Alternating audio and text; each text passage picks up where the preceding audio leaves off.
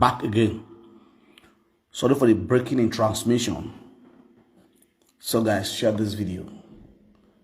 And now split this video as the hearts. They will cure them. They will be.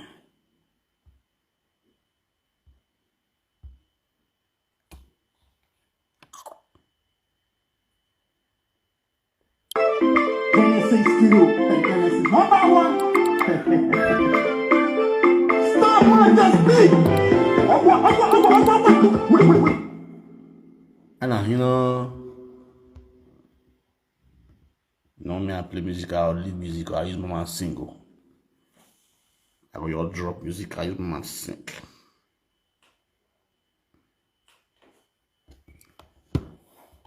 I'm not saying I answer my I'm just celebrate myself first. It is a band! Stop Majesty! Genesis! Fathers! Lade ye go ba pola we gbe a. Ye go sungu ele wo wa so wa le yi wo. Emani ne o me bon obey agba na o.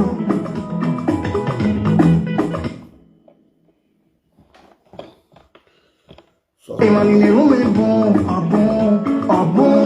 o ba se ne agba na. Emani ne o me bon eri agbo kola. Emani ne o me bon eri o pe me bola. Era me ibi boname. Era me ne bonoto no beria. Iwera me ibi boname. Era me ne bonoto no beria. Iye me ibi boname. Iye me no po no mago down. Ne bonoto no beria. Bede we hang. Yeah, usai bon amugo, uese nuna muyame, usai bon amugo,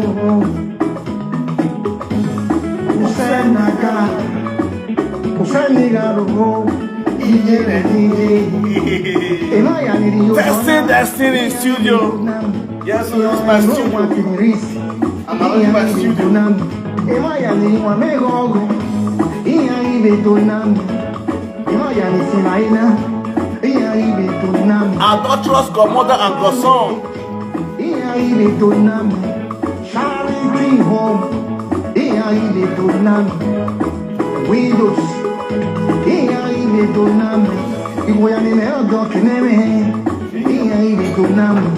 Single mothers.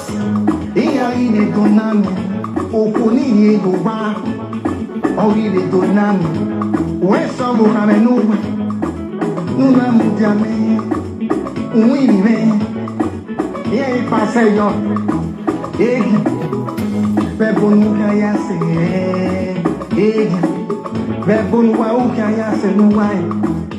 Ono na osie, no na so de welibe. Ono na osie, wana wipakwe na owi so de welibe. Ono na osie, bebonu wa uswe nye yene kwa wari. Ono na osie, nene babu wari ye tota gagage you ubeso ya le ye ke ni yo ba ka ba ubeso iso ba be be di ni ye ubeso ya yo to duku o ya le ye se ubeso tota yo go tota ki bore ni yo ka ba e babu wari Oyaru Gamwaye, Oyagun, Oriso de Wilebe, Urajogun, Oriso de Wilebe, Uragisagun, Oriwebe, Wajonokun, Epabuwale, Wajebon, Epabuwa, Niri Totaluwani. Ni tota yo tero ori mo gbe ọ̀nà náà sí ẹ̀ pẹ́pẹ́ náà ló ń sọ ìnẹ́jì ńlá mú wégbé orí mú wégbé ọ̀nà náà sí ńlá mú wó ẹsẹ̀ bẹ̀rẹ̀ ìmọ̀lẹ́ ni wọ́n mẹ́ bùn ọ̀bùn obìnrin àgbà rẹ̀ o.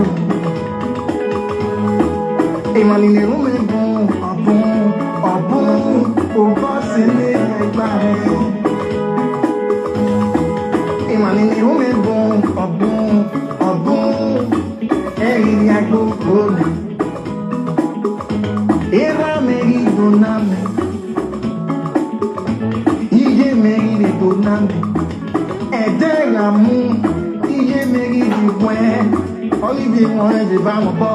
Ọwọ́ ìdájọ́ sanira, ọwọ́ sàlóbu anọ́bu, apá màá lórí òwe, ọkọ̀ dúdú nira, gba owó mọ́nà mi. Star Majesty lórí lẹ́yìn, ẹ̀jẹ̀ ló dẹ̀, lẹ́dẹ̀ ní dẹ̀ swakọ̀, ẹ̀jẹ̀ ló dẹ̀, lẹ́dẹ̀ ní gbàrú dẹ̀, yàwó wo ìsàlẹ̀ nira, gba owó mọ́nà mẹ́wò, yàwó wo ìsàlẹ̀ nira. Mona me, ẹ̀jẹ̀ ló dẹ̀ o, ẹ̀dẹ̀ ní gbàgbé lọ́gọ́ ló dẹ̀. Ìmọ̀lẹ́ ni wọ́n mẹ́gun ọ̀bùn obìnrin ẹgbà rẹ̀ o. Ìmọ̀lẹ́ ni wọ́n mẹ́gun ọ̀bùn òbọ̀ sílé ẹgbà rẹ̀. Ìmọ̀lẹ́ ni wọ́n mẹ́gun ọ̀bùn ẹ̀yìn àgbòkò rẹ̀. Ẹ̀bò pàdédé ìpàpẹ́ra ìkànṣe èrìmọ̀ control ùtàgbà òkùtùkù wáre nígbàmúkè rúdàrẹ́ ẹgbà o. Òkùtùkùtù nù yóò sàzúbà mú kí rúdàrẹ́ ẹgbà o. Ọgbà Star Majesty. Genesis, the body. Yes, I went to our studio where we want to disgrace the adulterous woman. 20 minutes for that. Yes, we don't start this year. We will use my godmother to show example. Also, anyway, take your name. Anyway, take your name. You're wow. I know you're wow. I know you're living. You're the boss.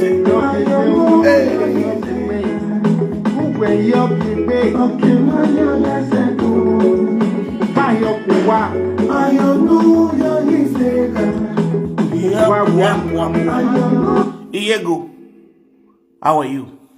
Testing the microphone. Testing. We are testing the microphone. We are testing.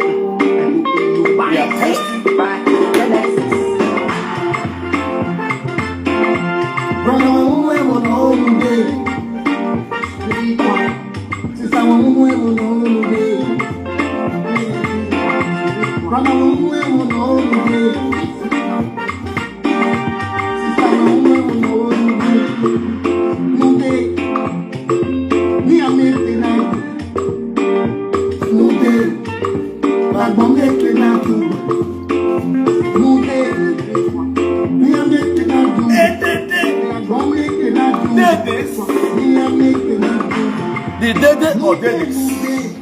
The Dede or Dedes.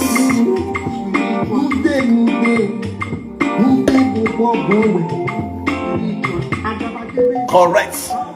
Umemwe Baba must greet you. And I will say I sight you. Hello. What's all right there? I know. Who will say? Who may you?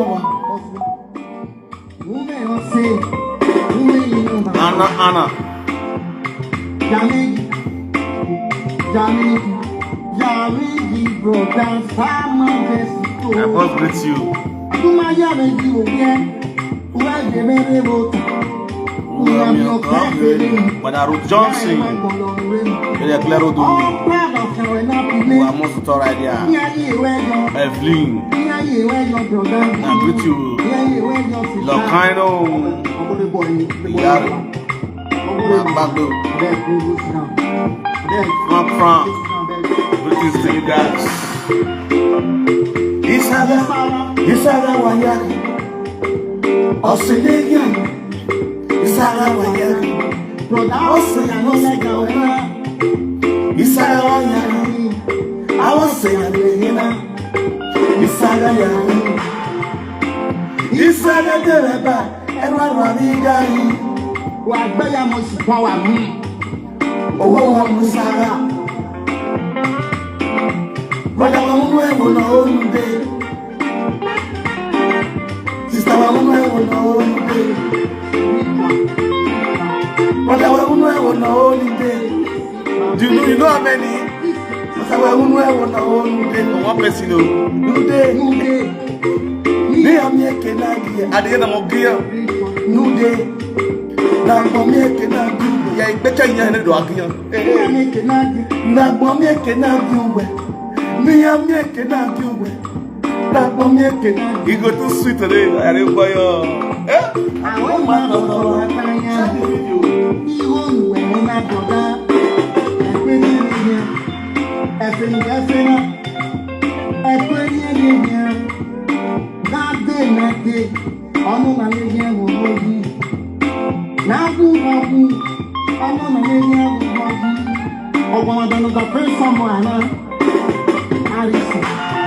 Ogumagano da pensa moana Alice okay see Ogumagagbo mo wa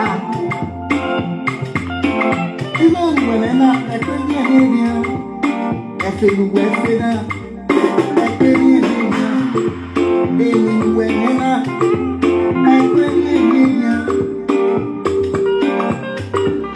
Ekwenye henia Apo nyaya Amawa ogu Isaac Yerele na gombeso Aidowa ogu Arawa ogu Aide Adriana bi Aide dole gbe tagbe Wawa wona bi Uri dole gbe gwa tagbe Wawa wona bi Uri dole gbe tagbe Atukwa ikude Yes, so my lovely people, I greet you all with better style right there. Yeah, ladies and gentlemen, test the microphone. 1, 2, 3, test 1, 2. Oh, I thought even not going by me. Yes, you guys are welcome to my studio. This is Umewen Talk Show. I greet you all with better style. If you have done you way, while I talk way, or when we are you want for allow without Wahamia. Yes, the topic today is about adulterous iyego evera no yosazuwa egbo sazuwa no ke musheshere egboja egbo somroedu egbe no hoa egba takparapa no gyoji egbe ni ma kun kanere Egba bon abaye wa no ke musheshe opa mission opa sakboba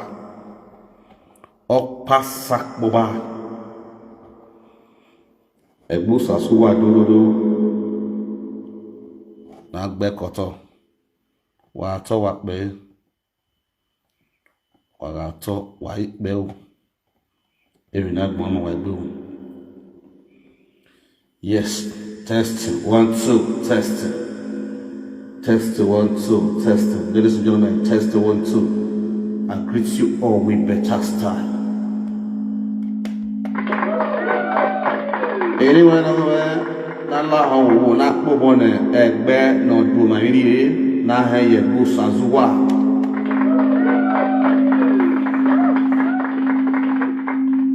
Na we zai we ko to di ku munda we na mudia kama e mudia na mudia ke mudia kama eni wa na la hawo na kpobone egbo sazuwa no ke mu sheshere no attack barakpa no gyoji wa po bonia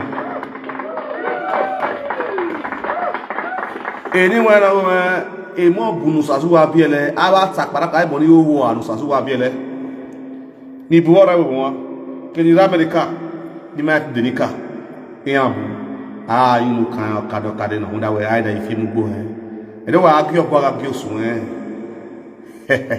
unga bebuwepo oboga bebuwepo unri bo eyo wa so na lawo egba takparakpa no gyoyi egbo sazuwa no kemu sheshere na poboniyan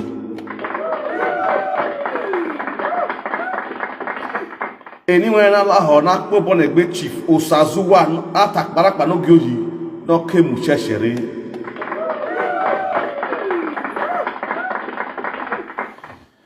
wa to na kwa yunu kan okadokade hunda wege na mudia kwa na we zaiza be ko tori kure ra na we cha cha cha be na wa mere be ni me ya wo yegu akubome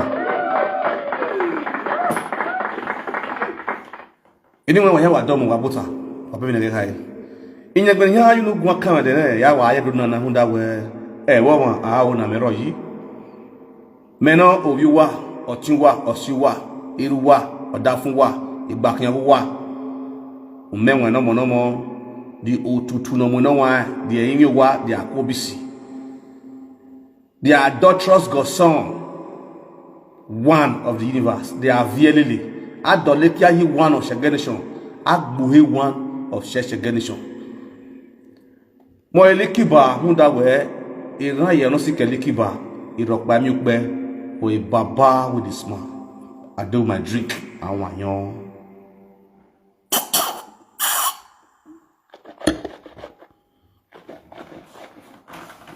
wa to wa musi edo wa hiare kiye ari no eken mi hiare wo ko ro na we no zigworo de mi gbu ne kun evo opi akin na bo me ba de ba se ni wana wo me zero ni kata si ni kata no wiye hunda wo akogbu epo hun ibu eyo e ba gbe ma wo amofi epo oweri ta ya si emeta okuna ni gwan kanage e vera no yusa so wana ka mu sheshere wo pa o ma ka me we yin ru wodo hunda we no bi ma wuto fi ya okune wodo o me no we na ko boy wa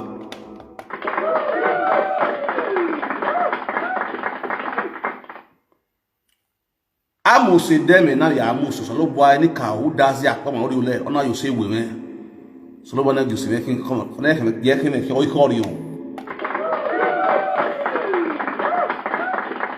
de bas va ni wona go me okuna ke de me pe ti wi o de be ni ya gun he ra be ni ya gbe he ona ga yo e unda we no ma yo e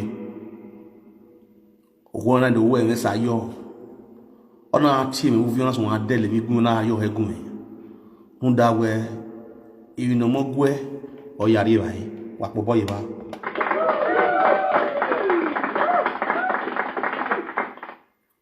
owu no papa ya teke no ye obo ya kugu no yan wa onumi ya teke ni ye mo ka le tai petu na we o ma ti to ka meme mo to mo ya to kin ni gbe me de bo ya won ra de bo ya da we ho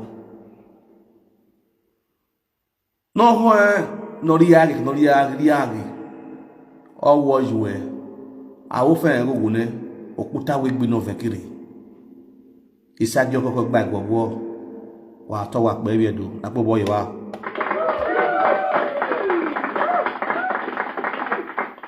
beni ta kan ba ni mu anogo me eri ogo na ya han wo na so ati me uvien ona ga ti ame unda mo agbeso yen ya se bi oyi ona iwe ve je yen wa to pe ra no ge mo fi li iyaro yo wa to wa musenu owo nu yare fi an kwa we ka so wa ko we yaro ayo wa mo no de amanu wa to ala wo na mi agbade na dan ho na ga video na no gbabo yes ebi ni me utita o hon ba mo na yan we nu woni kwa ni ru won saka kwasaka we nu ba do ba do vien obi egu ayigonya adafin ayo yigonya obi egu ayigonya mama fe egbe so pon mari yen re no le ogi mo yumuta wa gbobo yo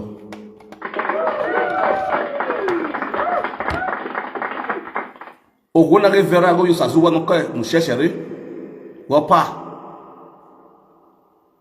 ona munye we sayo enye so na de gbe kagbe ze gba ke mo we gbaro na hara mo ko gbaro wa no ya gbe kan wa na ti abode de zere we odun me garo ne akokpa anasame ra ekokpa awe meji eki agbe we boni mare na gunre eki fi me no le begi ko ni bu ikoso abu wa yan yan yu we no pe abu wa o ga set no wo yan wa ai ko no pe afwa no bosu no te wo ma yede no ini wona la wo da ga video kan da wa ene won obu wa yo pe o wa dan ho uru do edo no ga e no ge lo tule gba edo yan ze ma de ne yi yan zebu wa gwi o abu no hebu ana mi ri ma zebu wa gwi edo yan ze yoni ka yedu meni ki studio na me na yoni yedu ya ku yedu me gbo da we studio na o ge do no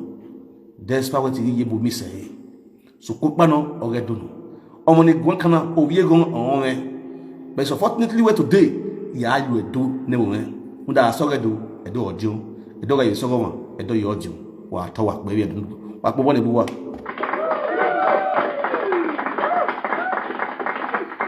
le ba se va ni mwana go me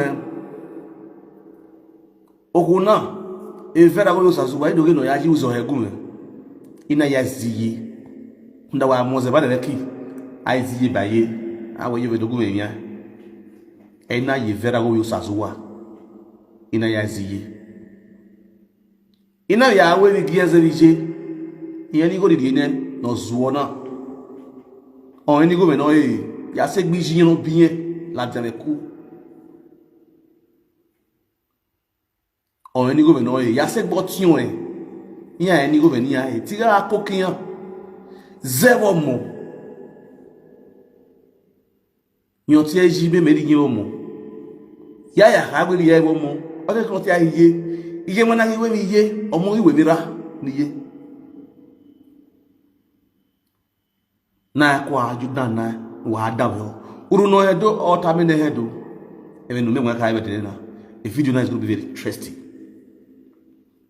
ya time very na kini atase ke wa gba so aye bomi se do agbiye go na zanzan kate egbo sazuwa ke no se ke no ra me o wi meya o wi yan won ye dum ye mu yesize ni ya me so fa pa no evi ni me ni ya gbina mu wa ni e yen lo ani ya gbe wa ni gbagbo pa e live video na tara se na ya lo edo na gbo mi an de ti je no yin ho no an le mi wi wa ko sazuwa won me ke na down yo yin no yi ila gbo yo pon da we enya ase he o gbe he ase o gbe he ehia ano ni ma wo sazuwa egbo sazuwa be we bona ya se hotel Nigeria na ye do wa down ho oguna yi oguna gbere obo e no kede obo me su ku gbere obo ni kede obo na okuna ogbora ko gbana obo okuna na na we o ma frustrate awe gbogbo wa na egbo gbo na ne usunwe na hu abi go ni ga hafi bi ekima iri ale ke ga hari obodo ya agbe aga o ya wala muge e o wi sa o wi vera o sazuwa e no ge vera e kino ga do e obo ni iyo nisan ki yo nisan o ga do o gi je do ni ka na gbagbo boyo ododo ya ho na ga mu emu e mo ni ga mu e webo obo kan ayu he gbigbi aga ye na amu emu at the end of the day o da fo na so aye ge gan ga ayu o ma me company pon na mu na webo ona aye gan o ke gan ri ona ha wa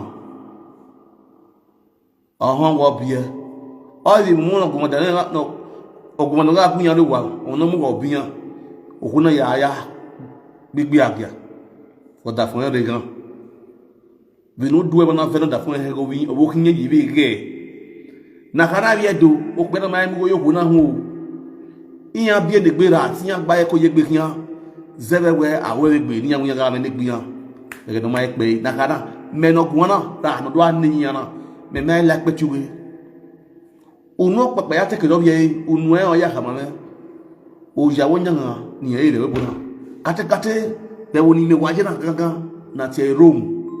A Rome is not beating the day. E wana e na do se ni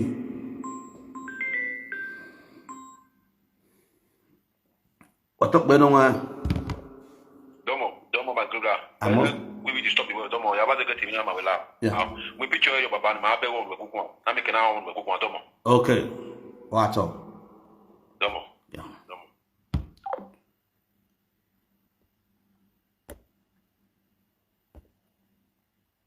overweight ẹran pa wọn fún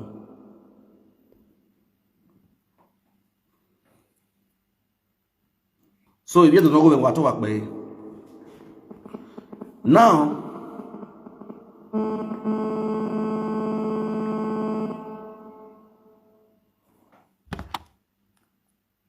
òkú náà nìkún kan náà yẹn náà vera no yo sazua no kemu cheche de bopa egbigbe agia egboji egba takpara pado gyoji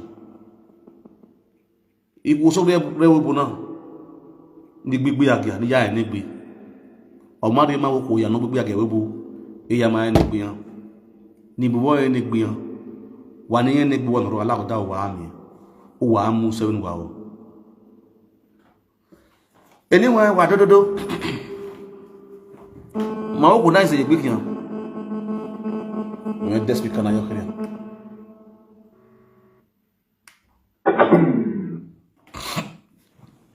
ma o ko na se gbe kian ni mo na go me o ko na no we vera na mi gba hen o gbaro wa o ma o no ri go me ya we ni gbe o go me o luga no gi ma ona pitani ma me na we mo tata iye no ge ona go me o luga no gi ma o sa ogwe ini do gana o sa ogwe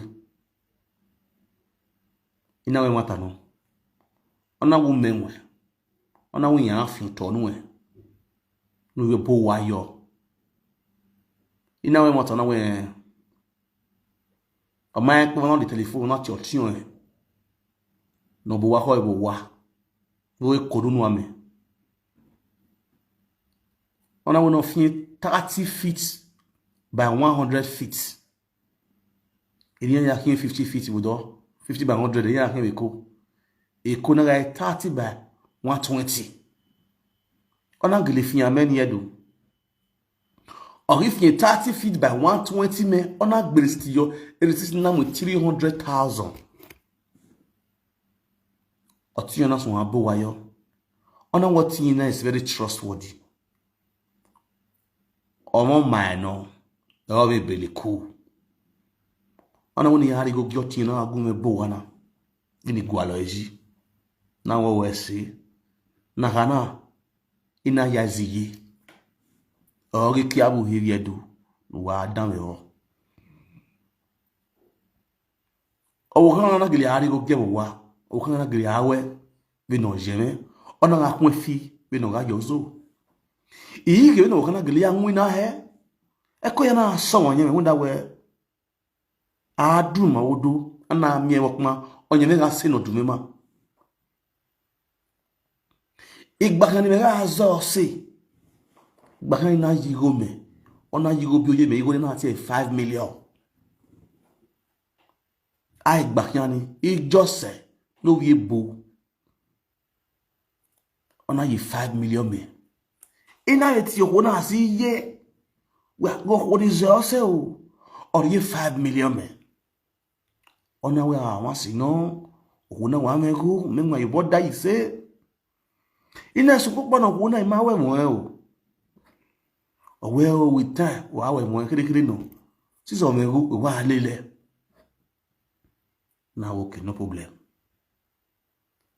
Then, over 5 million. Et donc, qui n'a tient stage, et qui n'a dia, ya mwe qui n'a ya bo wanime, ok, ire. Oh, oui, rie. Qui n'a ya bo wanime. On non ka lakoto. Nous baron nyoki sewa. E na tie. Ni me ya ziyego vie e vera no vio sazo wana. Ina wo ya di moto no tunwe. Wa ya me ya ta. Me na re ko wi ya wo e ga aziyo. Ye na ha mo ti wona no ziegbe. Ye ha me gune, ya di moto ne. Ina ye ho ya hon. Ona yera me moto ni no o kan ni re ni o ga o jado ga ari o e. O ile complain ma ye because ye me jona ona yo ejinye. Kunda we egrowa egwa dolidara eraza ona maria ame ige vera. Ife na no si egbagbo. Emi ya ga de yo ti so lo bua ya ha di moto ne eni kire no. Igi yo na won sun. Okay boy na no bo wa keme. We don't want problem no one na wa moto. E na ti no ni me yazi. Ina we nya di moto no to. But get ha ma. You ni we surprised me. Or when was na we yes. Iri ma ya gele ti o ti na no gwa le moto ile go no san. Moto no wa de oki no yin no wa de new. E bo na gele agwa le big Camry. On a snap black. On a snap muri. In la corona, no wa man. Now I'm na okay now. E moto ni o weno. Ye be we register ai. E moto na yes. Ini go no away $2 million. Ye 2 million we go ni. No go ni. That 5 million I can't in me. Any woman be go this. Now 2 million with 5 billion ya pay moto ni. Ija no weno. Even na the girl to the boy ni no ya so han win na 1cc. So me you know ya rush one here with the remaining 3 million wa you so do na kana mai kan wow no ti on ko yan ki o ge buru o we 5 million me na 2 million ti mo so no ti yen me na 3 million kan wa nda we ono tori atakpara paro ge yi iyan feti mu dia o dem ata forever. No ni saga mamia no ho e mamia. Inage ojo ni yegu me fo le wa. Ina di moto no kan no ina gele anwu na se ona ga bo wani ona ga yesa o ga this meter ga miss me o dey block or me just like because no sunu o wa so duku. On that 2 months o wa fian o duku na via.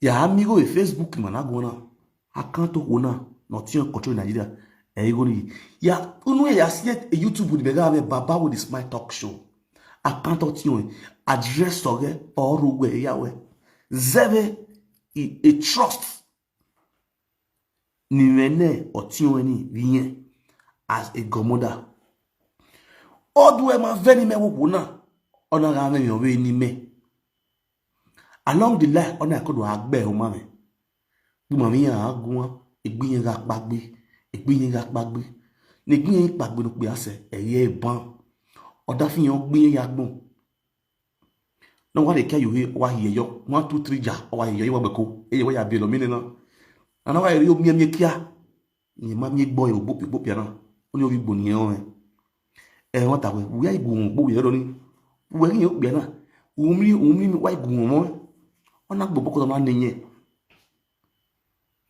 emi no pe na e wo ni e no pe ya wo yo bo ni e yo we ri ebe no pe na no pe ya je gan he no ye ya mu ja ko ebe ya ona ni yen at the end na o pe na yo ni e kin yo bo mi ya ni su se ile yi e won ta we owo yen na won yen ikun o pe na ga be de kini ye o gbe mo gbin ye e kini bi ka ni yi ndo pe na e yen mo na mi ebebe e Germany ni ga aje ni ejena na we mo ta we wana ko kono lo ga ni ka je meka wo gbo je na so network re o we very hard you understand so I ko won network re wa to so ni ngwan wa dan ho gbagbodo wa anya ko na nafo ene ni ya wese ene na aso asiama ti gime ni ene yan romo no ya fe ya tale ya magbon yes I didn't be beer neighbor insurance. Ina we mota na we. Owo be na gbin yen. Wo be do mi ya me Germany. Ndo ni tin with your gbale gbe nesef. Na gari la ye wa. Yin na pe na we yan, e ma ri go won na. E yan return Brad price. Yin return sunu gbo na kun pe na ma mi e. Akebe family yin family we yan return Brad price egbe yan. Yan ri mana we yan ri. So egbe na we yan ri Brad price go boku. So some bien yan na ya kokomo. What is the yan be na giro. Na mata we. Mo beto bia no so e yi de wi yan. O do trivia e. We an on se cigar gbe, cigar si. So yan o do cigar ni, yan man like e. Yan on like be no se cigar. Be hun dawo yan bia yan e. En ya le yan what this one but now yan ma yi gwa lo. Ogbegidi. O ipe owo hen yan iri yen ro kan ri ami na mi ri ka me we o pe ha yen lele opa awo oni na gele wo ni ka be mu ka ona nupo give no yen bi na yan si ai nupo gi na hen amare sota e mata go hen okay we no wa ye na yen wa we mi awa agun yen wa hiye mi awa agun yen wa hiye bakara e mata go hen okay problem iro yen nu ka ene then na hana yen mo ko be ni mene o yen ke do no do bodo tale na ya mamina yen mo sinyo pa di mene ni mi alele mi azo se ma woni gun ane mo vien ima woni veti ma ya mi gbe yen ke do so an confess even ni ma woni de lo ja mi oni vita mi yen il start nya te mi megbe so make no sunu idum gumegun ogun na o ke na problem iro na mi nu ka ene il start na ye wa la ro ogun ni en worry ni wa decide yen ya de be me di ma oni stake yen irare oge ni mezo sini o wa mare no gwen di me ma o di mistake yen maybe don't have me ma o mistake because can yeje o kuku gbe kuku irare e ogo se ni emu ni me ni azo sini ina okay problem yo because we yan yen be ya ge me jawe enebe aduru enebe oni so we ni bani yen orion yen gole gwe ya ye pe me no problem. Na ma khoni ya kera ya je bebe ya ge on ma send on ma send mama so fika na to ma to ona we no na okay problem iro e de gele ya gbepo ina kami mo gbara we iritali o ina gele zi yo ke iritali ya ri bo to Italy e ya gbepo na adio we ona the address gume ina adio wa ye do wa dame ho aye bota libune e do ni wa na ne mata na from the beginning igiri so wa ori me la wa atwegbe agemo gbe romo gbe e de do mu o wa ni oye kukuku wi no kata akime ikire so igiri ga na okay no problem no le ya je ya ga bi o ni le bi de ba ye lo be ye bedi e mata wa okay so wa yi o yin ro wodo ina gire lo ye do ederi mu e ke adone gi arule e ke ma ye ina ye ti anya ya hiyogo e me varo to ina fiege ina ma agbada ina ye ki agoro yo ayupo gi ha yari na we edebe gbe o ya mo pare school baba mo kiare hiyogo hifyogo hafiyo hayogo himyogo isagwari o ya kudazi na me go yin ke pare mu na o go wa so o ka le money breakfast okay mu na ile ya ro wa ni e de ra igbe o ye kimi na le ma wa gba le we garden ya we video we garden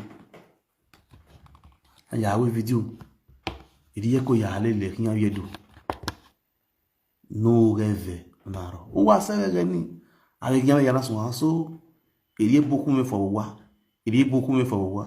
iri boku me fawa iri boku me fawa ina hia na tana na hunde document no useno kpe ase we bo hunde bi hunde document ina ziegbe ora nehu ewa ya ga mu we ya wia imalele na ziegba amarere what to do that igwalebe ma ya we garden awe ya we video awe wa ni ya yo go na ta eboku we fawa eboku ya ma ga me wa gwe e vera giyego iro wae ya se gbugwe gadi abiego wa abiego emi bun asere ni oni kufi ogare egbe go tawe na oni egbo afi eya oni you know go ma we re gadi wa bi karu wa a pin egbe wa ni ina yewe ge ne de bi ka so mana haro video gbeso wa ke we owo yin supermarket o ke afa my guy me na atin ye ya ni ma ni buni ga wash ma ni ya ni get cold my guy for buy beer for me if you go no ri ya no this supermarket no shopping ko si go gwi me mo ga cooking ye ko ke me e me no gwe wa you understand ona e joke na proudness e ti ne gbe o pe no zinyo bo e na me say you get pass nye biaze ebu baaze biaze ikebe so wa nye mari disan e ba nya gai you understand but when ni je e work na ata any na na hayo ere mi jare wa so ni that's after months frustration the ye go dey awa ata we no je wani buga age ni tana we media e video paro ne ni no gi mo finya na mo yo na we me ya fi no gi e o wa no kwa Oguye go now a video ni. Then no concerning Muteko community. Oguye go aye, we guide on several videos on several occasions like that. Ni how Oguye go, we together several saga. Nakana the mess one gbin na ye ma doctors. Wa dawe ho. E we no ye ma doctors in la media e wa dawe ho na. Madam, you know, you want to just go more typically viral on social media. You know, die where anybody need me or those trust woman, you could really go get that one.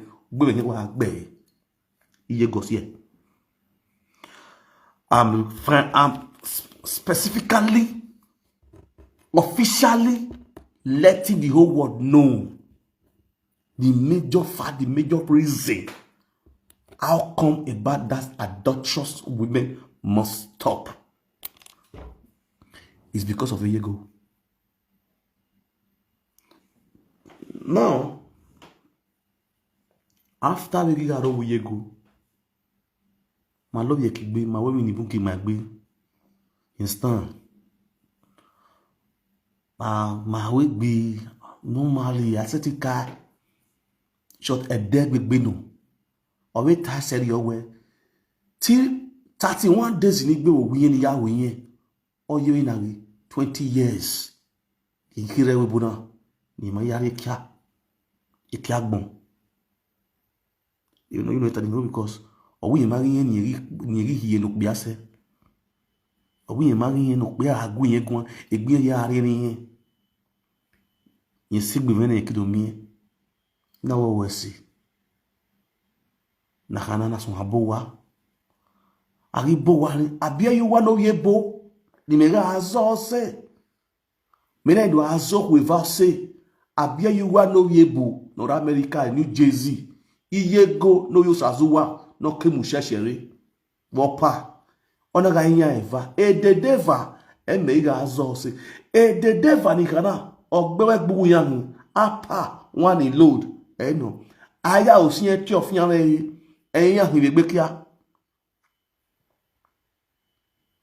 Ijo se ratiration do ya me yare oni we do you bo fi ga pe kan me odo gbun la jagedegbe ijo se ami a fi ijo sa pe kan iye go rati yuwe o mi do fi eri na kana me sitali ni itai live video na we o ye o ma yan te story me But bon, to story me tevi ni mie will be who the webu. Now you have pull out for single mothers, for adulterous women. Iya zo yo zo ore media. Esa gyon koko gba gbogbo. Even waba ona gbon ho agun tagu. Tama gun tagu. Ya time agbon. Usun se no pe asere webu. Hunde documents. Very ki o gbiya no mu jasu kaka mu jasu kaka we cannot digbe. Veni guwa gona me ya ti akun wa bedene. Ototo ko ya gaye.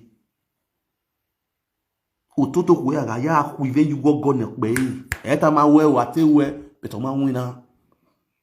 Nda e kale. O bu no pinu zo o pe nerwe. Iye go azen no confirm yen o me gi me o se na kama we e balabala yen ki confess to me.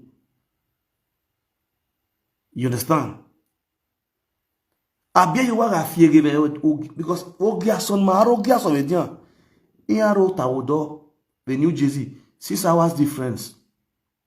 Mana are 12 o'clock in ogiaso. Iare 6 o'clock ibuta. Ere di ma are 3 o'clock ogiaso. Iare 9 o'clock ibuta ba yan so ala le ba ta yan abi. So who imagine how many years in ya we watch nights. Be we bu na ni ma ya abi. Na bia you wa.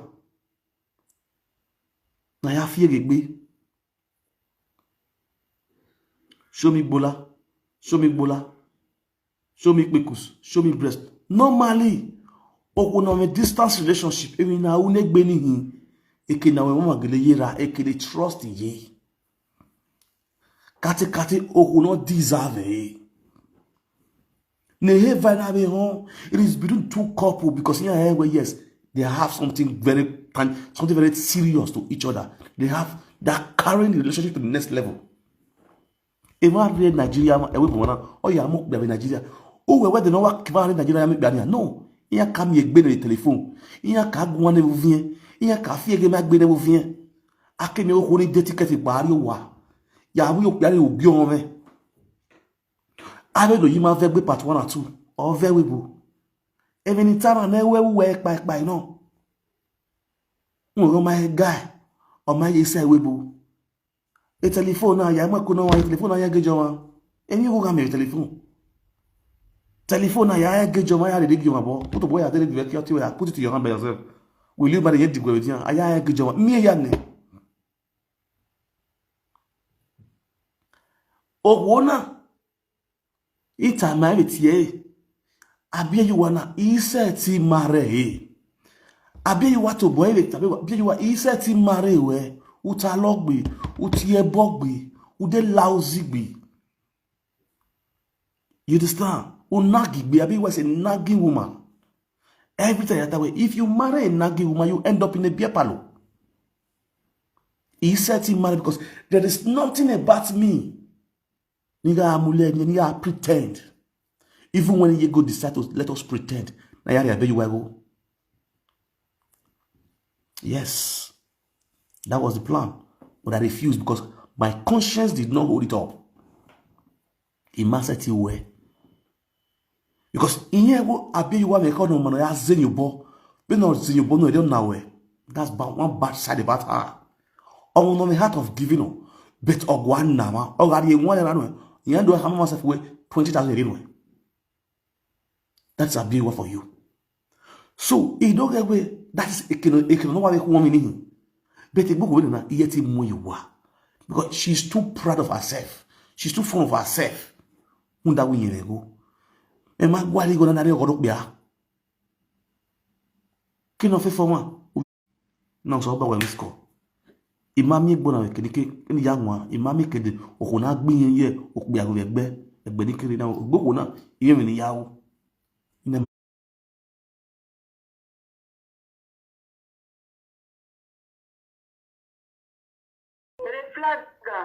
I know. Hello, sir. I don't hear you. Don't come back again. Okay, sir. Oh, you can't flag this up where even you are 30 typhoon. You have a task in a way. We continue there. When I go sit down, when I suffer the listen to the story of me and my go clear. we ma vie go wa watch a video wa show e na obi kana dam yo.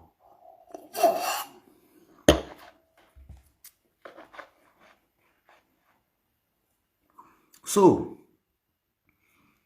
iye go ina me tie we oku na ga bia yiwa awoni la oni si ai dan imu wa to ni bonia ya wa kwa le gie ya hono gbogbo ye won ni ami igo no the most important na e matter we ya follow up igo go e hono gbogbo ye won ami igo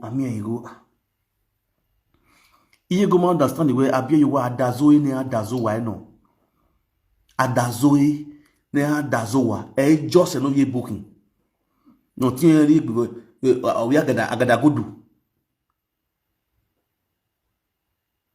I just ati was jigo no erewe madega no sikaye wa ne just kede won no okaro wiye wa gbutaro ya gbugye ne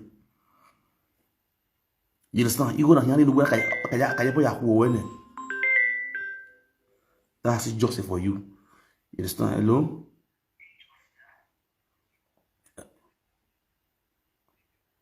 I know.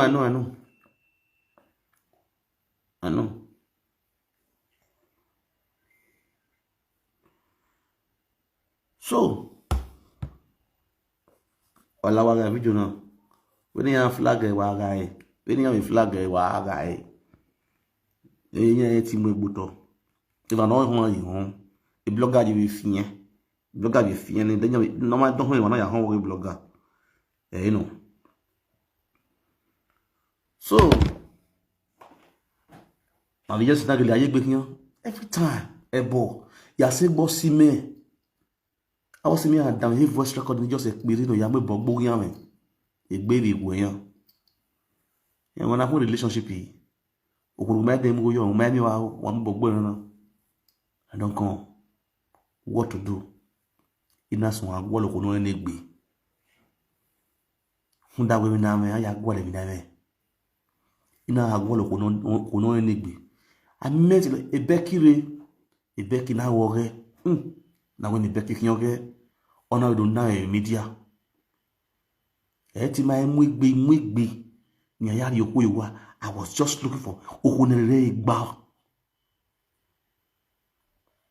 it might not gba me o ti gba no pe awe basta but to me awoko ni gbolo e ma mi o igbiyan ni gare ni Iyego was there.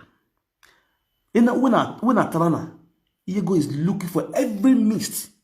Ni miaya pa itali rebuya adi magbaro as odoame.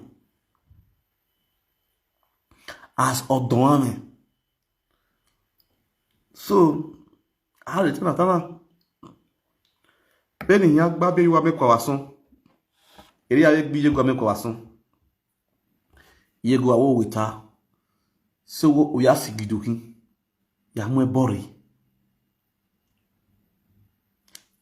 nutie yo iga bawo oge emonu bieni ya febo ana miege benitana oge naro weni nyo bo ya vinya yite emeni metana na to oge na bawo oge emonu we biele uyobo ya bere ya one after the other if I lie against you.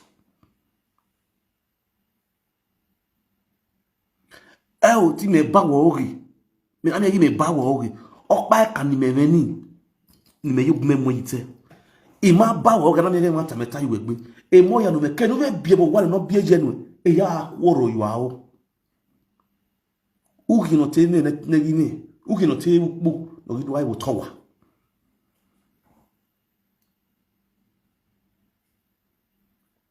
you understand if what I'm saying now ina to you egbe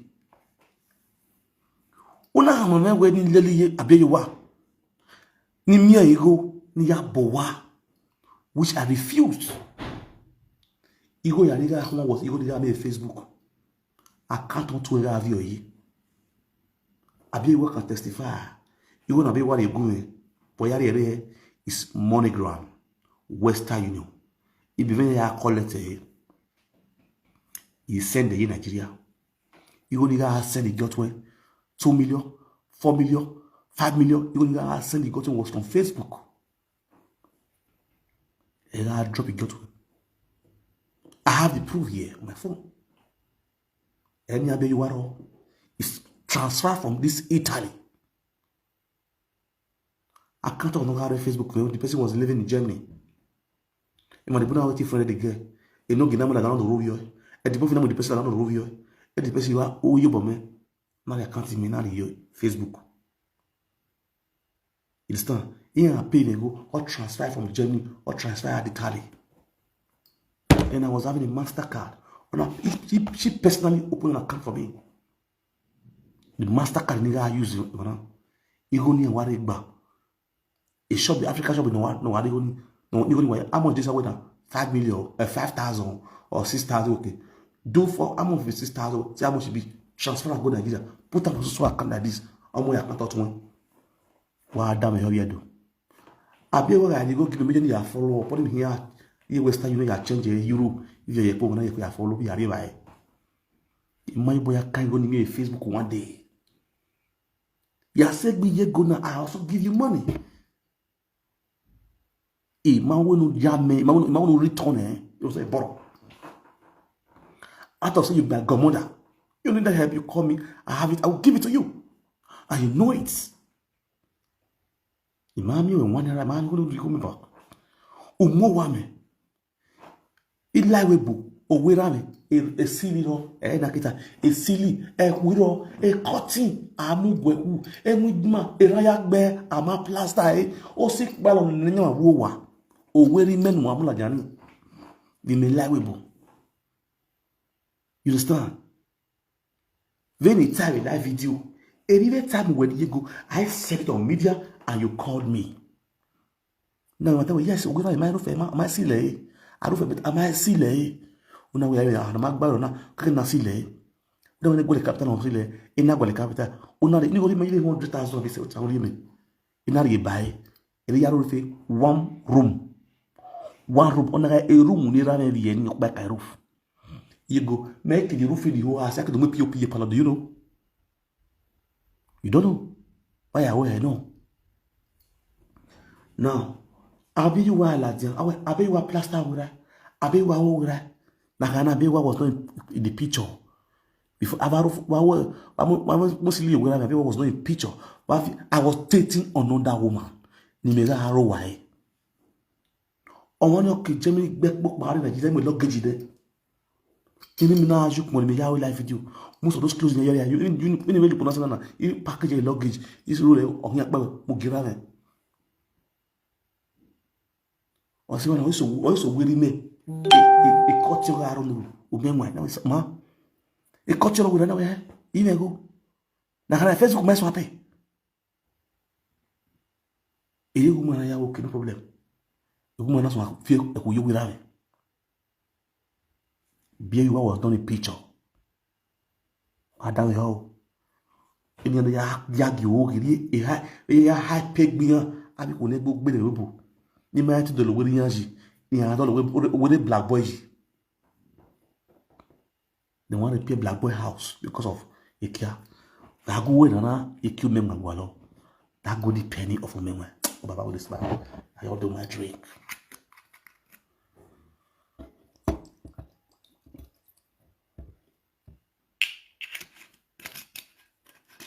I say, ni we relax. What say, my sister talking about it. I say, you.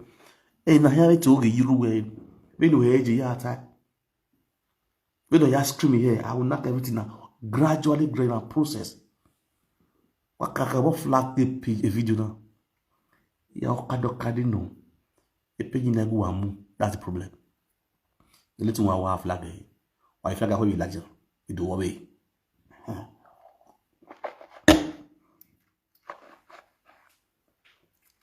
Here go. What you do soon here the way I do I be one of the misbehave. After be worried the Becky Lazia. Becky doesn't want to go on the mommy dates. Be one of those who misbehave, a boarding your backbone. It basically you were already a few days ago now. Also, I tell about no game. I want soon, okay. Well, now what do you mean? When life in here, a man could be having one. A man soon, one could know where we were. Who was the Bogodo? Only one young on sooner. Dick was soon or marry you were in Lenny. Even near my work being by in left one. Why so many the buto enemy jan ye carry why go like if like man love you in ya tell rubbish. And this is why I on gona in the war. In na me work man emoji. They are single mother with stupidity. They don't know officer na in balagbian we bracketiva. In go la do boss clearly campaign no buka in no me ya on ya union ya na for word. This is the problem in my boom. Now, as Becky says, if I don't have was a useless woman, if I don't have was a useless mogul, you may have respected her. In a cartier body, if I get so reable. No lock up in our gay. I was not blockade. Every woman like my guy. Uma woman lovable, who will control over me. They don't burn you away. It's done. Woman, you are lazy. Irumu la paduza ina riso ina rezeli ala me ezeli pe akaso as if la paduza la way stop make a peace first or stop and go shit and come back and buy something you know day e kede bi na ho nwere they may take life be 50-50 ya la we bone o kwa no go agbira gbije o do wetin no tanyemo bo yan la ko ni we financial history then you know we o go na have we na block e block be we na so buye go wa dame ho abi wana sobu yego abi wani sobu yego ni yego aya seto e mata zebe e godota goson yego due to our jealousy wa dame ho due to our jealousy yego na we se frak mi mo like we is e go frak e de gbe fita kwa e fita kore we frak ya gui se go mo wa lo tere abi wana channel abi yego na channel abi wa ge a big star, a diorant sur option. Non, pour voir mes coups. Ni me 10 motos tout million. Non, ya mare me douce. Yeguna chane. Abe wa jolly. On yon be wana son friend degbe. To die sa na wuni de America. Na be wa muni yo America. Abe wana no be wana worry. Ya areto wane. Be wana mo picture ana mo ye. Ana mo picture di boy a diorant ana mo ye profile picture. Bon, il n'a de WhatsApp. Gire WhatsApp status away. A dire on il m'a gonna bon. Because my love, I me block here. You know bon, I'm going to beg send. Then, I don't call the family in war. I don't beg. Et il a mis on bloque now. On bloque. Il a mis Frank in the house. Yeah, on bloque. Il love a water. Il love a water. I don't call him. I be when I have VA war. Or VA my family in war. You don't know what I wear. Oh, when my me wa VM. Frank, we are mo bros, ima mo na, ima don't understand. Oh, when I'm on or talogbe. Everybody ti me. He said him mado to this na mo vira ko baba afa we din no vira. We di mo mo na kere we ma we mo me ya no we. We wa fit, we wa mo we ti bie ni me ti bie innocence. Mo vira no man la to when I'm going to my brother, you wear no ever. But you know, come away. Kiev, a block a Kiev. Nagli Kabe, wow. I am a Colabi or a Gwagwan or Kien or Okiwe, or Okiwe. In Nagli Kabe, you are. I'll be one of those one. I saw I love you, I miss you, I'm sorry. No, why anyway, I couldn't want to why no car. That woman when they call your godmother so now bad person, not be your godmother, now bad person. Wait, shut up your mouth. What do you do? Shut up your mouth. What am I? What did she do? It call her bad person. You know, say when you block me, I can't go meet her. Till I say, see, you block me for you to settle us. You can't go give me brother. Me and brother will call the friend do. I not see my body. I not put my body for a move. Really, what they work about? They work coming now down here. And with your friend, And obviously, I put a picture of your problem. You better tell me say you want to come America. He say visa will be problem. You get visa to come America. But when you want to sleep, when you want to sleep, so that I feel accommodated for my house. Now at last, I'm not put up my house. Was I there? Everything I'm talking now. Then you are you know you're not your mama. Or we don't know everybody. Or I will be tired. We don't everybody. As the truth. But you're going straight. Now I'm not going. Okay. No problem. Forget that thing. Not my problem. Forget that. Because why? In my own be you one day. The same in the go. I don't want to marry. The thing you go ya hold was the house. O told me there will be in me boazini. And you go ya dimeji. Mind you, on a ye 30 feet by 120 men, not jamais. As a garçon. Il n'a son aboa. Il boa so do gune. Il n'a kamena otona kelebe. Il only extended. On a what you had there. No, can you go away from 100? Away again the car, you can't yame. Till you the acting again. Nana, or increasing it. Now, okay. And now you go not you. Endurance, then I can't endurance. I pay 700 something thousand to Adjura's account. 700 something I pay account Adjura's. That very day, my make this transaction. Why down here? Because you believe you were, you may prove. One understand you gotta believe, but don't not play the games with me.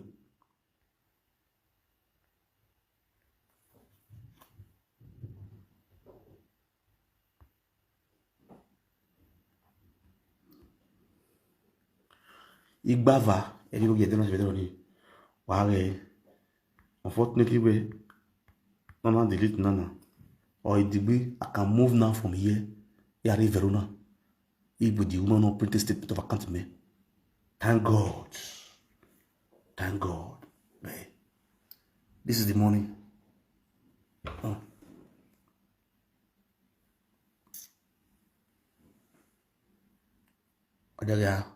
It's 793,500. The next day, the woman had transferred 206,500.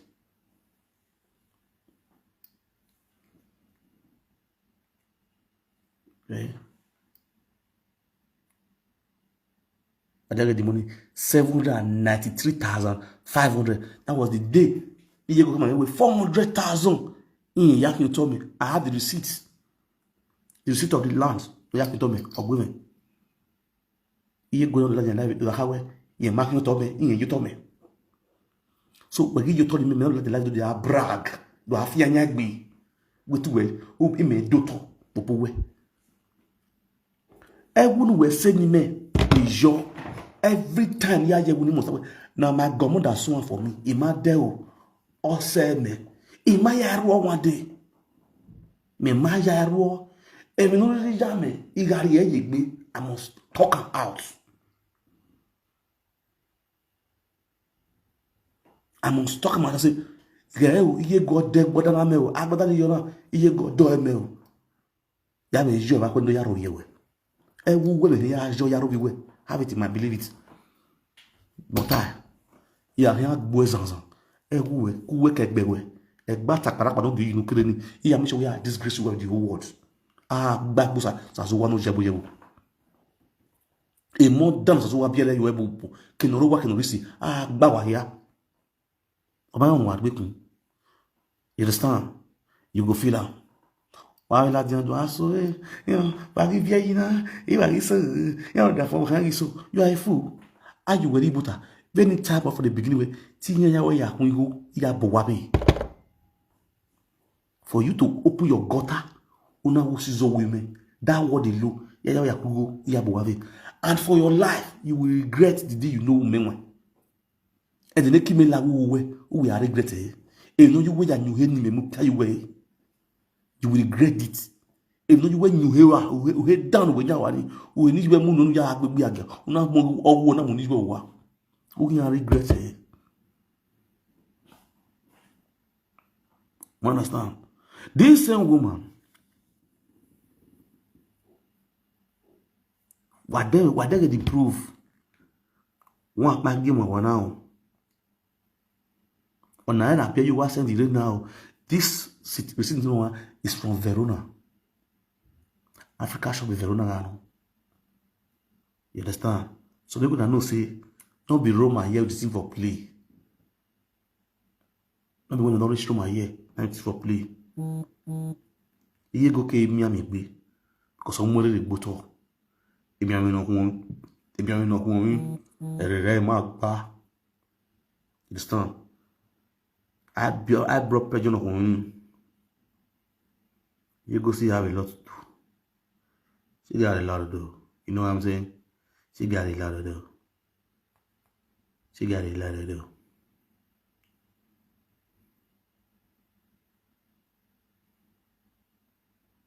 I really sit now.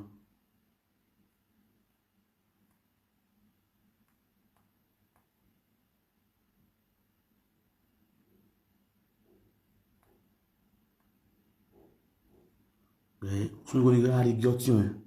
This one is how much? 700. This is 780,000. 780,000. No, yeah, but one. So now.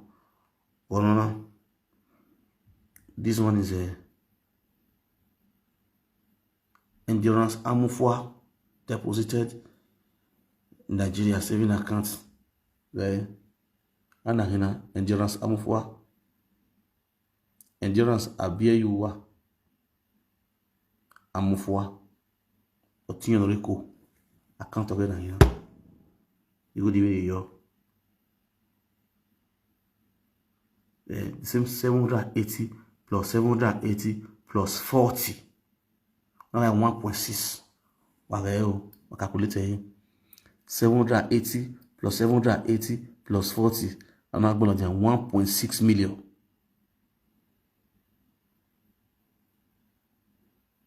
Ni mo ya kante Endurance Amufwa no ya abo wa kere Emmanuel how you take spend down Emmanuel how you take spend down and etiman what or you go me yare bae Emmanuel ni be Emmanuel down your mentality because why if make be major so Emmanuel have that mentality there. I believe it's Alpha guy, man. Come with Alpha guy. If you want to do, I can go flex. So, not because the reason I can do, because you know that all those stealing spirits. I just want to be does the groove, but they do the work we are supposed to do. That was my mentality. Now, that way home because you know me go be me. I never knew where they wanted to push Erego out of the way for them to grab me in as in-law. They want to push Erego out of the way for them to grab me in as in-law. Erego they go yeo, mama vie me. That's what we call you. Get the bora. O mama money me you know allow. I know zoom la way.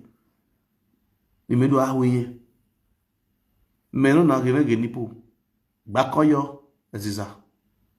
Sister ogwo. Me na ko be mu fe.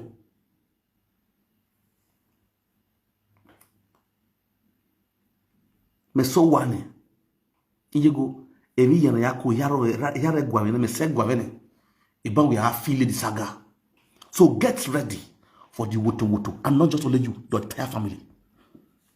your entire family can no say can no know understand me now o sa zo are resurrect isaga na ma ati o me wasi e ugbe na gbe wa le ke nu we na we sizo gwa na yigo ni po o wo yan set and stay. Go and have it, man. Do my tina, so I tin. Do my so ayo, because boy I go egbe. Unless you have you can't or have you can't to have vibe for national peace story. Now, why the government ye go? What you got you can ba? But we kime. We give my wife me naku me faleka you wo he. O ni me ri you wa we yaro yo. Edega mu we ati bin da nyawe re ila on yawe re wage on the same deal see this one see how much 780,000 790,000 3 you see See the one no 780,000. On a car give me one last one give me one now. Go away 780,000. Ye have it now. Na send the girl there add account again now and you know some for. Yari yagi the woman of value. Yari yagi of value. Once you go there na yari yagi of value. See now this one are the seats see now. You gonna no open ni agi mawa. No really open ya agi mawa. Iye go tota. You buy me ropa. E ni go where you gonna dey or second no time the whole world. Ku we kotun. You gonna know ala kan to wa. E me go where you gonna ya dey. We na we ma do to bo we. E me you gonna dey or second you could tell the world. Me ya we. Wa zo. Ya wa mi be ya zo for national peace story. O we am you bomire. This is 1.4 million. This one is 1.4 million.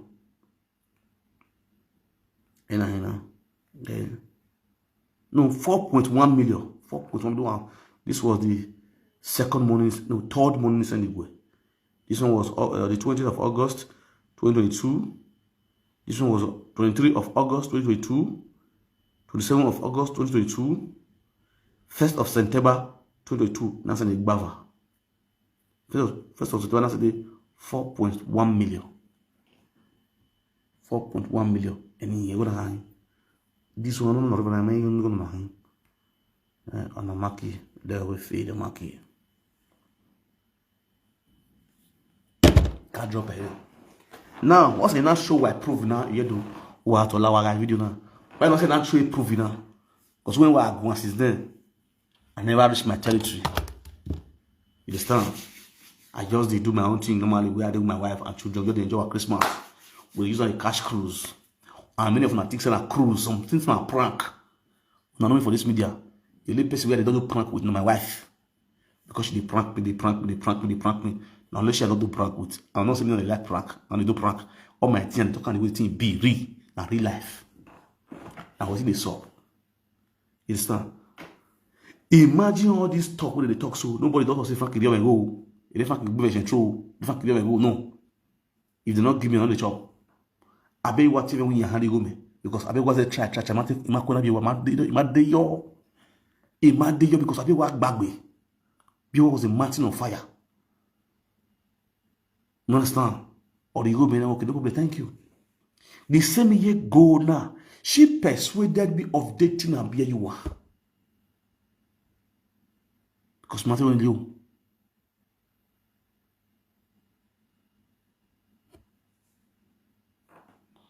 If you don't believe, leave on.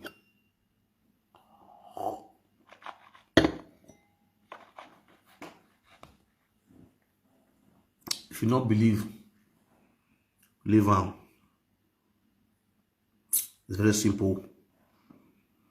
You cannot tell me to do what's on my mind. Money's on my mind. Money. So guys, get ready for this saga that's going to be coming up from tomorrow. From tomorrow we'll kick off. But tomorrow we'll see they can slow. We must start the big saga. The big saga will start on next month because this month long. They start this January long, so many people they hustle now. And they pay their school fees. So we saw the chop and sponsor more until February. Then we'll blow everywhere, scatter. Or the will complain. So don't worry. When I want to see Kpekus, no one my go to I go show you Toto. Yes. She never see anything now. She don't know anything. She's saying smart. You go to Mugu now, you don't get sense now. I never disgrace her now. When I go disgrace and go, hey, you go no now. Suppose no say everything happen to other people go see she no tongue. And when no boy and na ya gboma o. Edewede na yawe bubuwe o. When no boy and ya gboma o. Edewede na yawe bubuwe o. Edi boye dio. Do saga boye. Edi boye dio. Do saga boye. Now, that one day one side. After I walk him, my go to some stage. I'll pause my go. I enter brother. That endurance we don't it shock you, so I go enter her. I know so you don't go log out of Facebook. Don't go log once don't do bad. You go log out of Facebook. Now what you do? During the time of Mediados, that was how you log out of Facebook. Once you don't do don't create problem with you and the sister, you go log out of Facebook. So nobody go feel the right time. You understand? Now in character be that one. But me, I go teach a lesson. You go no say now they don't Baba J. Now in the fuck with. All those Lagos local champion life in the league, so I go teach a lesson, but that's in Lagos. So I never mean endurance. So endurance just say you guy man. I go let you know say I count this word before you. I will teach you lesson when I get your time. You go know where they call Frank. You see your sister go to the way useless. So I go feel I see the drill your sister. Don't talk of you. Or two when we go and if I don't know who one, me ye drill vera. If I me move bottom me big your head. Better too small. Am I who we? Yeah, mini wedding. Wow, I say Frank Osha. I say again. Master. That was. I could wait yes, my I know where you did, but it's not my business. I had to only my way of going on. Only my cousin me. Every me answer away. You go be like for your eye. Oh, now I tell Frank. You know that guy will be that for them, so I straight to follow the opposite. That's what it might be. It's where you are calling your life. You say get it, man. I want everybody there. Because Frank is set. Now go ahead. Oh, that's all right, yeah. You guys are welcome to my studio for this beautiful evening. This is just the beginning. This is my new apartment that I'm here tonight, and this is my studio. I'm still working on the same studio. So the final opening ceremony of my studio, I've done it. I want to come chicken, cannot shop chicken tire since this time. But I see they work on them because all the things we are getting for the studio, they must be complete. So, but enough of the waste. It will kick off. This time, see, I see my go with my screen. I might go there, yeah. I might go with this. The feeling. That's my go. That's me and my go. I'm not going to speak today now. But yeah, Godson and Godmother. Join us by 8 o'clock. Adulterous issue. Now we'll talk here. You understand? God. You understand? After this one, don't go use by play finish. When I last now, so what this woman be. So this woman, their husband house.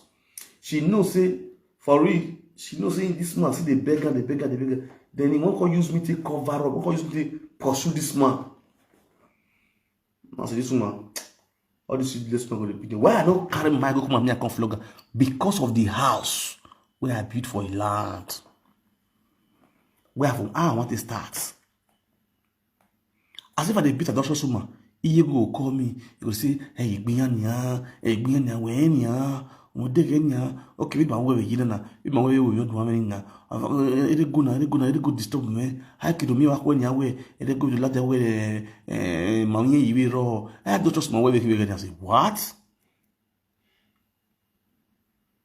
Nana, et we get in ya, Magiri. I can't give her hope. Say, no, don't worry. If I don't get the document, I'll call Germany. If I don't get the document, I'll call Germany. We'll go hotel, we'll go lash. Now, when this idiot talk on make that statement, now say, okay, you go that phone, you go that phone, so you go that hero. So this woman see day. She see day. Oh, this woman is evil. You go na evil. I swear to God. Now say, okay. Adulterous criminal must stop. Oh, but when I do, I be my guy. I go to beat now. Now, the latest one on a Iego. This one will say their husband carry the come. This one will say their friend carry the come. This one will say their family member carry the come. This one and me by myself be the evidence. Yo. Why so you know, think I'm going you are. He go rape me. He go rape me. They don't rape me. He go to rape me. He go to rape me. Justice for Magbola. Justice for Magbola. This one are legit adulterous of the year. Iyego and Frank Victor. Iyego, Verano Isozua and Frank Victor. Adulterous woman part 3, part 4. Iyego and Frank Victor. Iyego and Frank Victor. The both adulterous couples. God's son, Godmother adulterous. God's son, Godmother. My people, this one go too sweet. This one where they tell us it go too sweet. This one the story whereby God's son they lash Godmother. Because of the lashing, Godmother dash God's son 30 by 120 feet of land for Lagos, my people. When God's son can say, Mama, Godmother too strong, the toto too deep, the toto too the toto too deep. I can't continue digging this way again. My Godmother, this your way too deep, this your way too wide. It's a wider, it's a tata, it's a jigblogya pekus. I can't continue this toto again. Sister, I know say I look for 3 toto for me. But this one is 90 to 2 for me. I cannot finish this because I have to run for my life. I have to run for my dear life. Godmother said, my godson, you go nowhere. You know, say I give you a land where you build house post. You go nowhere. You must finish this to 2. You must finish this to 2. 40 to 2 for you. 40 to 2 for you. My godson, my son, my guy. I ate the drama. Movie VMA part 1 and 2. Movie VMA part 1 and 2. Movie VMA part 1 and 2. This one has story where you go jump Godson and Godmother.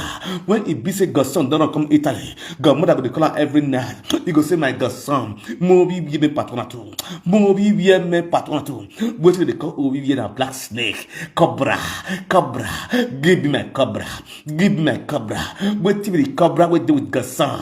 Now the bola, now the black bola, the pink cap, now the cobra. Give me my cobra. Movie VMA part 1 and 2. Movie VMA part 1 and 2. Movie VMA part 1 and 2. No my gonna. It's Limana. On my yeki. On a day. On a Amazua. Godson, adulterous Godson. Wahambolo Bouvet. Arioga adulterous Godson. Dollar Wahala Talk Show.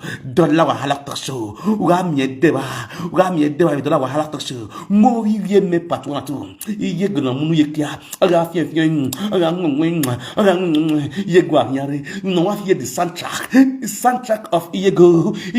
If you want to come, the soundtrack go to Yegbede. You go to Yegbede. If the husband hear the soundtrack, he go confirm and say, yes, this guy really give my wife water. Oh, we understand better. Unless say he never come for your husband once. If he don't come for your husband once, if the husband hear the soundtrack, he gonna say, oh my God, oh, this boy finished my wife. Oh, this boy finished my wife. Oh, more VMA part 1 and 2.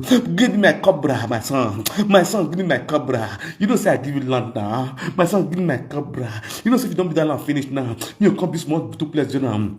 When my children reach 18 years, I go live there for Europe. Yeah, I can't go Nigeria.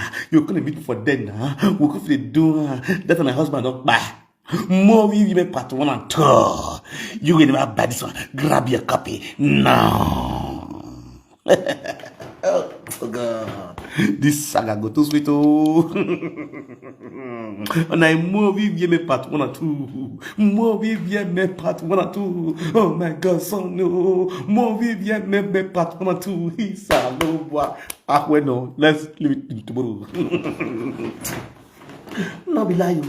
Everything where they play, where they talk, no, na reality. Now what they play, we know the joke. Yes, that's why I sweat just now. We know the joke. This will not be joking matter. All these things we are talk, so no joking matter. No lie matter. We know the lie. It not be prank, na reality.